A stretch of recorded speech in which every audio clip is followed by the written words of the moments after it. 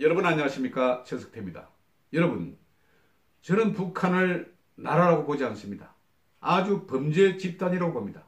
공산당 범죄 집단. 북한은 1950년 6.25 전쟁을 일으킬 때도 마찬가지였습니다.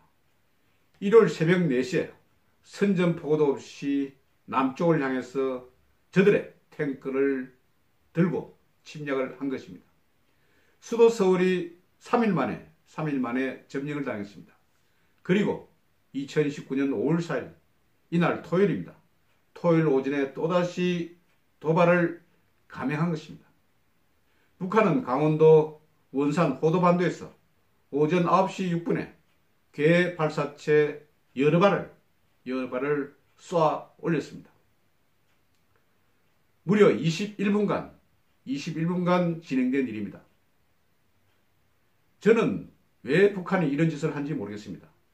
그리고 이 무기가 지금 우리 군 당국에서는 처음에는 미사일이라고 발표했다가 다시 정정해서 단거리 발사체인지 미사일인지 아직 잘 모르고 한미 당국과 정밀 언론에서 그 내용을 밝힌다고 합니다. 저는 이것이 방사포이든지 미사일이든지 간에 굉장히 위험한 살상 무기라고 생각합니다. 최대 사거리가 200km.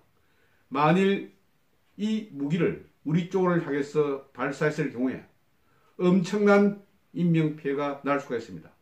무려 대전까지 날아가는 그런 무서운 무기입니다. 그런데 북한이 도대체 왜 이럽니까?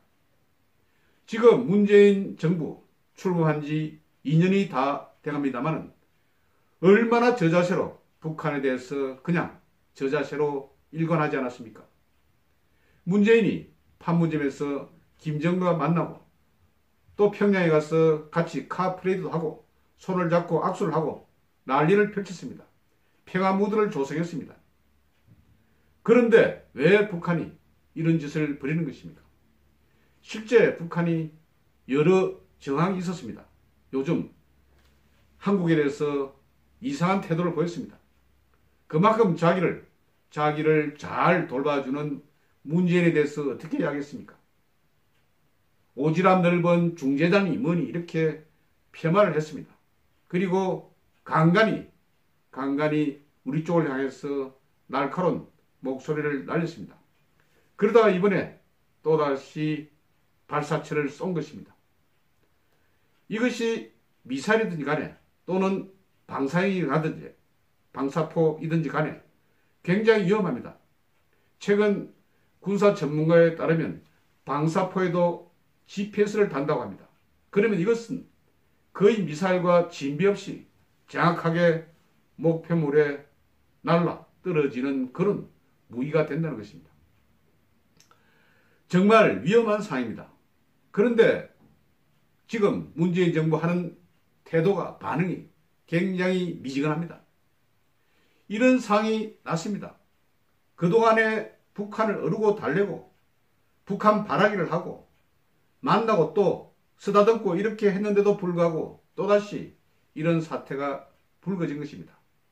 긴장 상태에서 일어난 일보다 더 끔찍한 그런 일입니다. 그런데도 여기에서 청와대에서는 NSC 국가안전보장회의도 열지 않았습니다. 다만 청와대 안보실장 등등 몇 명이 모여서 북한의 대응을 살펴본다. 이 정도로 거쳤습니다. 문재인은 또 참석하지도 않았습니다. 그러면서 집권 여당 민주당에서는 또 이런 이야기를 했죠. 비핵화 판을 깨는 것은 아닐 것이라 본다. 그러니 정말 북한에 아주 매달리고 그냥 어떻게 좀 후폭풍이 일어나지 않도록 그냥 슬슬 매는 모습이 정말 딱합니다. 지금 다른 나라에서는 난리가 났습니다. 외신에서는 어전트, 긴급 속보로 전 세계 타전이 됐습니다. 미국에서도 그렇고 일본에서도 그렇고 다른 나라에서는 정말 걱정을 많이 하고 있습니다. 북한의 의도가 무엇인지 아니면 이 순간에 왜 사거리 200km 되는 그런 발사체를 날리는 것인지 무슨 의미가 있는 것인지 굉장히 심각하게 이 문제를 분석하고 있는 것입니다.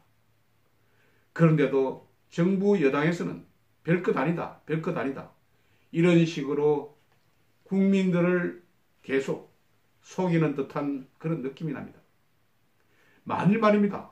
만일 북한에서 나쁜 의도를 가지고 이런 식으로 남쪽을 향해서 쐈다. 그러면 어떤 일이 발생합니까? 그런데도 문재인 정부는 지금까지 계속해서 여러 장벽들, 우리의 방어 그런 시설들을 계속해서 허물어 왔습니다. GP도 철수하고 그리고 부대도 축소를 시키고 그리고 군사기도 굉장히 많이 떨어뜨렸습니다. 박찬주 대장 등 그리고 이재수 국군 기무사 사령관 등 이런 중요한 군 장성들도 제거를 시켰습니다. 그리고 지금 보면 말입니다. 우리 군 장병들의 사기도 굉장히 많이 떨어뜨린 그런 상태입니다. 군 전력을 약화시킨 그런 상황입니다. 이런 상태에서 만일 이상한 일이 벌어질 경우에 우리가 국토 방위를 위해서 제대로 막을 수가 있겠습니까? 지금 북한은 이것을 어느 정도 즐기는 것 비슷합니다. 너희들 빨리 벌 많이 내놔라. 대북 제재 해제라. 그리고 미국에 대해서도 만일 대북 제재를 풀지 않을 경우 우리는 이렇게 한다. 지난번에 최선희가 그렇게 이야기하지 않았습니까? 다른 방식으로 또 문제를 찾겠다고. 그런 것에 따른 하나의 또 다른 방식인지 아주 깊은 그런 전략 분석이 있어야 할 것입니다.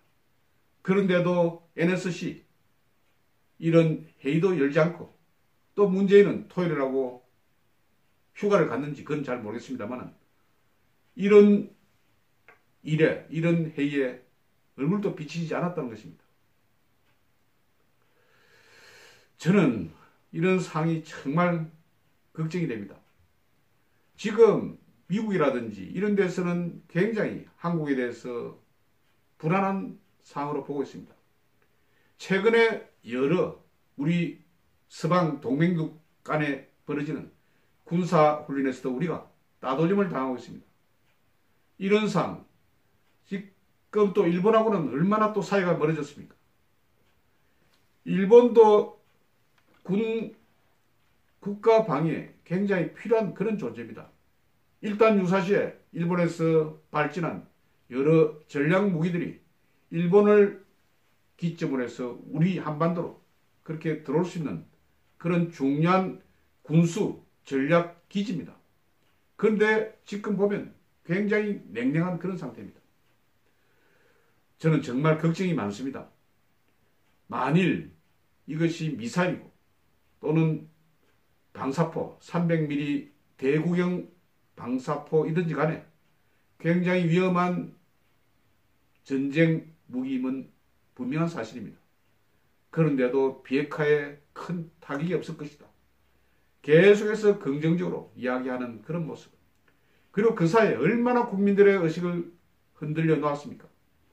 EBS 같은 데서는 김정은 인형을 제작하기도 하고 그리고 백두칭송위원회라든지 이런 젊은이들이 북한 김정은에 대해서 호감을 말하는 그런 집회도 열기도 하고 그리고 공영방송 MBC에서는 김정은에 대한 호감도가 70%가 넘는다는 그런 보도도 이어지고 그리고 인공기를 태우려고 하면 경찰에서 막고 이런 상황이 벌어진 이런 상황에서 북한은 또다시 도발을 벌인 것입니다.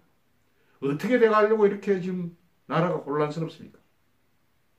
저는 정말 걱정입니다.